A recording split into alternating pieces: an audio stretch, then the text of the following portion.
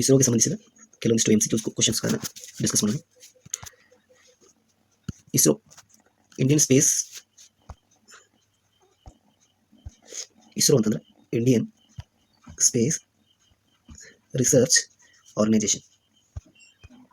ಇದು ಯಾವಾಗ ಸ್ಥಾಪನೆ ಆಯಿತು ಅಂತ ಕೇಳಿ. Option A 1959, option B 1962, option 3 1969, option D 1972. The correct answer is option C 1969 ಒಳಗೆ ಇದು ಇಸ್ರೋ ಸ್ಥಾಪನೆ ಆಯಿತು.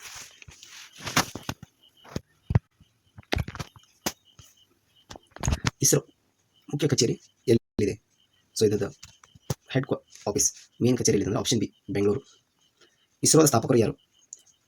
ಇಸ್ರೋದ ಸ್ಥಾಪಕರು ಆಪ್ಷನ್ ಬಿ ವಿಕ್ರಮ್ ಸಾರಾಭಾಯಿ. ಭಾರತದ ಮೊದಲ ಉಪಗ್ರಹ ಆರ್ಯಭಟ ಸೊ ಯಾವ ವರ್ಷದಲ್ಲಿ ಉಡಾಯಿಸಲಾಯಿತು ಅಂತ ಕೇಳ್ತಾರೆ. ಸೊ 1972, 1975, 1977, 1978 ಅಂತಂದರೆ ಸರಿಯಾದ ಉತ್ತರ 1975 ಒಳಗೆ ಭಾರತದ ಮೊಟ್ಟ ಮೊದಲ ಉಪಗ್ರಹ ಆರ್ಯಭಟ್ಟವನ್ನು ನಾವೇನು ಮಾಡಿದ್ವಿ? ಸೊ ಇದನ್ನು ಉಡಾಯಿಸಲಾಯಿತು. ಇನ್ನು ಚಂದ್ರಯಾನ 1, ಸೊ ಚಂದ್ರಯಾನ 1, ಚಂದ್ರಯಾನ 2, ಚಂದ್ರಯಾನ 3 ಅಂತೇಳಿ ಮಾಡಿದ್ದಾರೆ. ಅದರೊಳಗೆ ಚಂದ್ರಯಾನ 1 ಅನ್ನು ಸೊ ಯಾವ ವರ್ಷ ನಾವು ಉಡಾಯಿಸಲಾಯಿತು? ಸೊ ಆಪ್ಷನ್ ನಂಬರ್ ಸಿ 2008 ಒಳಗೆ ಈ ಚಂದ್ರಯಾನ 1 ಅನ್ನು ಉಡಾಯಿಸಲಾಯಿತು. ಇನ್ನು ಚಂದ್ರಯಾನ 2 ಅನ್ನು ಯಾವ ವರ್ಷ? ಚಂದ್ರಯಾನ 1 2008. ಈಗ ಸಿ ಅಂದರೆ ಚಂದ್ರಯಾನ 2 ಯಾವ ವರ್ಷ ಉಡಾಯಿಸಲಾಯಿತು? ಸೊ ಚಂದ್ರಯಾನ 2 2019 ಒಳಗೆ ಉಡಾಯಿಸಲಾಯಿತು. ಇನ್ನು ಮಂಗಳಯಾನ ಮಾಸ್ ಆರ್ಬಿಟರ್ ಮಿಷನ್ ಯಾವ ವರ್ಷ ಮಂಗಳದ ಕಕ್ಷೆಗೆ ಪ್ರವೇಶಿಸಿತು ಅಂತ. ಸೊ ಸರಿಯಾದ ಉತ್ತರ ಆಪ್ಷನ್ ಸಿ 2014. ಭಾರತದ ಮೊದಲ ರಾಕೆಟ್ ಉಡಾವಣಾ ಕೇಂದ್ರ ಯಾವುದು? ಸೊ ಭಾರತದೊಳಗೆ ಫಸ್ಟ್ ನಾವು ಈಗ ರಾಕೆಟ್ ಅನ್ನು ಉಡಾವಣೆ ಮಾಡ್ತಲ್ಲ ಸ್ಪೇಸ್ ಇದು. ಸೊ ಅದರದ್ದು ಫಸ್ಟ್ ಪ್ರಥಮ ಕೇಂದ್ರ ಎಲ್ಲಿ ಇದೆ ಅಂತಂದರೆ ಏನು? ಶ್ರೀಹರಿಕೋಟನ, ತಿರುವನಂತಪುರಂ, ಚೆನ್ನೈನ, ಮಂಗಳೂರು ಅಂತಂದರೆ ಸರಿಯಾದ ಉತ್ತರ ಆಪ್ಷನ್ ಬಿ. ಸೊ ತಿರುವನಂತಪುರ ತುಂಬ ಅಂತ ಕರೀತಾರೆ. ತುಂಬ ಉಡಾವಣಾ ಕೇಂದ್ರ ತಿರುವನಂತಪುರ. 9ನೇ ಕ್ವಶ್ಚನ್. ಭಾರತದ ಮೊದಲ ಮಾನವ ಸಹಿತ ಬಾಹ್ಯಾಕಾಶ ಮಿಷನ್ ಯಾವುದು? ಭಾರತದೊಳಗೆ ಮೊದಲ ಬಾಹ್ಯಾಕಾಶ ಅಂತ Gaganyaan.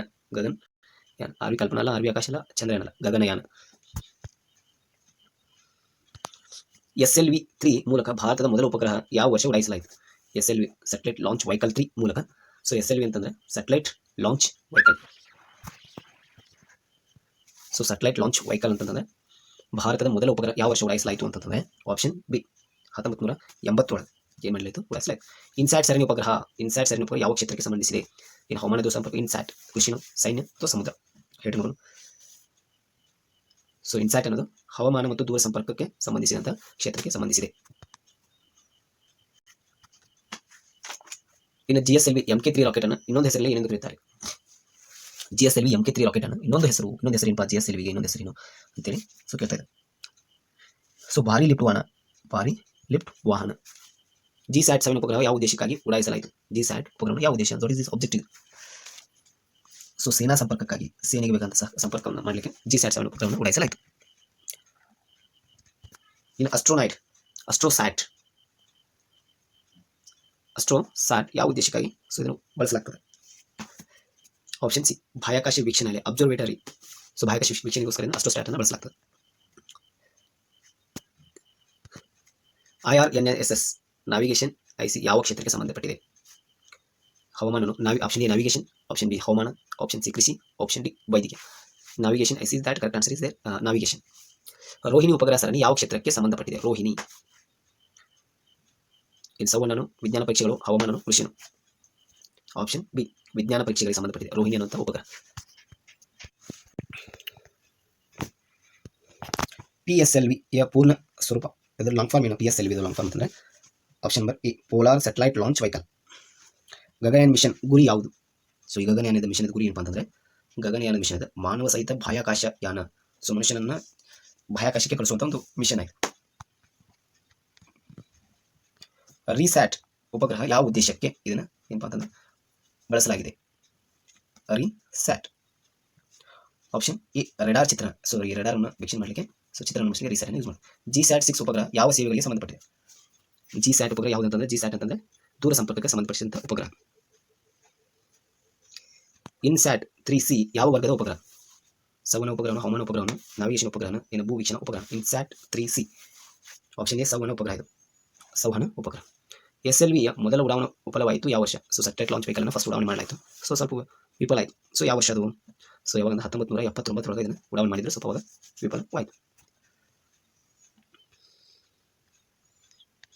GSAT-9 south Asia satellite, south Asia satellite ಯಾವ ವರ್ಷ ಉಡಾಯಿಸಲಾಯಿತು? ಯಾವಾಗ ಅಂತಂದ್ರೆ 2017 ಉಡಾಯಿಸಲಾಯಿತು. ಭಾಸ್ಕರ್ ಉಪಗ್ರಹ ಯಾವ ದೇಶಕ್ಕಾಗಿ ಇದೆ? ಭಾಸ್ಕರ್ ಅನ್ನುವಂಥ ಉಪಗ್ರಹವನ್ನು ಯಾವ ದೇಶಕ್ಕೆ ಉಡಾಯಿಸಲಾಯಿತು? ಸೇನಾ ಸಂಪರ್ಕ ಭಾಸ್ಕರ್. ಇನ್ನು ಆದಿತ್ಯ L1 ಮಿಷನ್ ಯಾವ ವಿಷಯಕ್ಕೆ ಸಂಬಂಧಪಟ್ಟಿದೆ? ಸೊ ಇಷ್ಟೀಚೆಗೆ ನಾವು ಸೆಪ್ಟೆಂಬರ್ ಒಳಗೆ ಆದಿತ್ಯ L1 ಅನ್ನು ಉಡಾವಣೆ ಮಾಡಿದ್ವಿ. ಸೊ ಅದು ಯಾವುದರ ಒಂದು ಅಧ್ಯಯನಕ್ಕೆ ಅಂತಂದ್ರೆ ಆಪ್ಷನ್ ಸಿ, ಸೂರ್ಯನ ಅಧ್ಯಯನಕ್ಕಾಗಿ. ಸೂರ್ಯನ ಅಧ್ಯಯನಕ್ಕೋಸ್ಕರ ಅದನ್ನು ನಾವು ಬಳಕೆಯನ್ನು ಮಾಡಿದ್ವಿ. ಇಸ್ರೋ ಪ್ರಸ್ತುತ in space servicing, assembly and manufacturing ತಂತ್ರಜ್ಞಾನದ ಉದ್ದೇಶ ಯಾವುದು? ಇಸ್ರೋದ ಪ್ರಸ್ತುತ ಉದ್ದೇಶ ಯಾವುದು ಅಂತಂದರೆ ಆಪ್ಷನ್ ಸಿ, ಉಪಗ್ರಹ ಭಾಗಗಳನ್ನು ಅಸೆಂಬ್ಲಿ ಬಾಹ್ಯಾಕಾಶದಲ್ಲಿ ಅಂತೆ. ಸೊ ಉಪಗ್ರಹಗಳನ್ನು ಏನಪ್ಪ ಅಂತಂದ್ರೆ ಭಾಗಗಳನ್ನು ಅಸೆಂಬ್ಲಿ ಮಾಡಿ ಬಾಹ್ಯಾಕಾಶದೊಳಗೆ ಸ್ಥಾಪನೆಯನ್ನು ಮಾಡೋದು.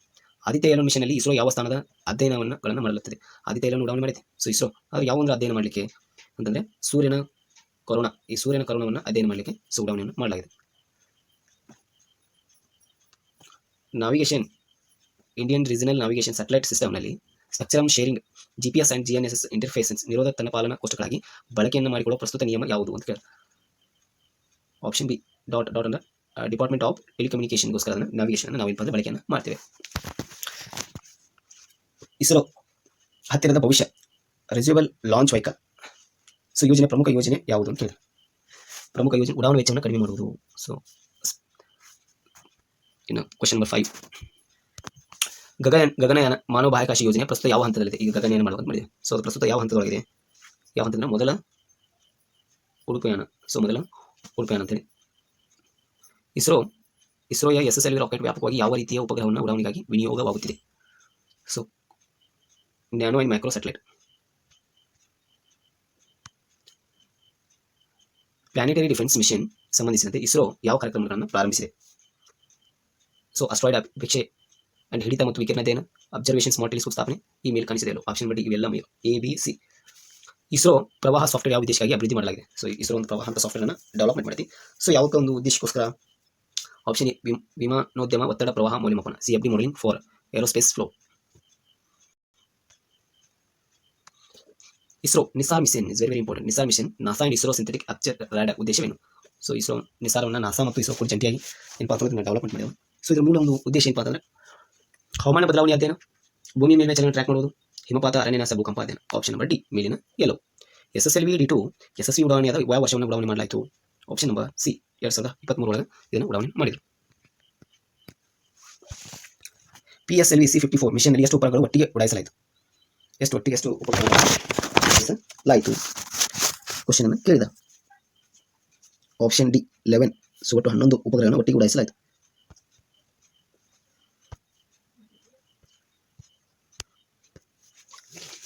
ಇಸ್ರೋ ಶುಕ್ರಯಾನ 1 ಯಾವ ಅಧ್ಯಯನಕ್ಕಾಗಿ ಯೋಜಿಸಲಾಗಿದೆ?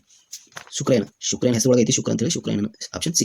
ಚಂದ್ರಯಾನ 3 ಮಿಷನ್ನಲ್ಲಿ ಲ್ಯಾಡರ್ಗೆ ಏನೆಂದು ಹೆಸರಿಡ್ತಾರೆ? ಲ್ಯಾಡರ್ ಏನೆಂದು ಹೆಸರು ಇಡಲಾಗಿತ್ತು? Question. Pragyan, Vikram, Akash, Bharat. Option B Pragyan. Option B Vikram ಅಂತೇಳಿ ಸೊ ಏನಾಯಿತು ಇಡಲಾಗಿತ್ತು.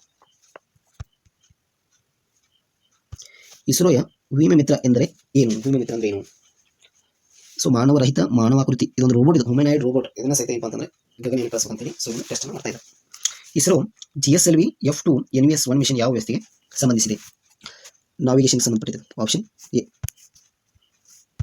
ಸ್ಪೇಸ್ ಸಿಚುವೇಶನಲ್ ಅವೇರ್ನೆಸ್ SSA ಕೇಂದ್ರವನ್ನು ಇಸ್ರೋ ಯಾವ ಸ್ಥಳದಲ್ಲಿ ಸ್ಥಾಪಿಸಿದೆ? ಸ್ಪೇಸ್ ಸಿಚುವೇಶನ್ ಅವೇರ್ನೆಸ್ ಕೇಂದ್ರವನ್ನು ಇಸ್ರೋ ಎಲ್ಲಿ ಸ್ಥಾಪನೆ ಮಾಡೈತಿ? Option number C Bengaluru. ಇನ್ನು ಅಸ್ಟ್ರೋಸ್ಯಾಟ್ 2 ಮಿಷನ್ ಯಾವ ಉದ್ದೇಶಕ್ಕಾಗಿ ಆಯೋಜಿಸಲಾಗಿದೆ? ಸೊ ಬಾಹ್ಯಾಕಾಶ ತಾರಾಗಣವನ್ನು ಅಧ್ಯಯನ ಮಾಡಲಿಕ್ಕೆ. ಇಸ್ರೋ 2025 ಯಾವ ಸಮುದ್ರದ ಅಧ್ಯಯನ ಉಪಗ್ರಹವನ್ನು ಉಡಾಯಿಸಲು ಯೋಜಿಸಿದೆ? ಯಾವ ಹೊಸ ಸಮುದ್ರ ಅಧ್ಯಯನ ಮಾಡಲು ಯಾವ ಒಂದು ಉಪಗ್ರಹವನ್ನು ಉಡಾಯಿಸಲಾಗಿದೆ ಅಂತಂದರೆ OCNSat 3A.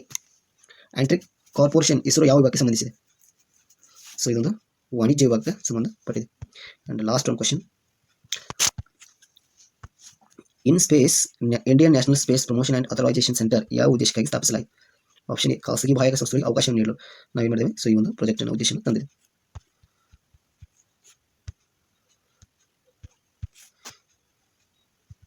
Thank you. So ಒಂದು ವಿಡಿಯೋನ ನೋಡಿದ್ದಕ್ಕೆ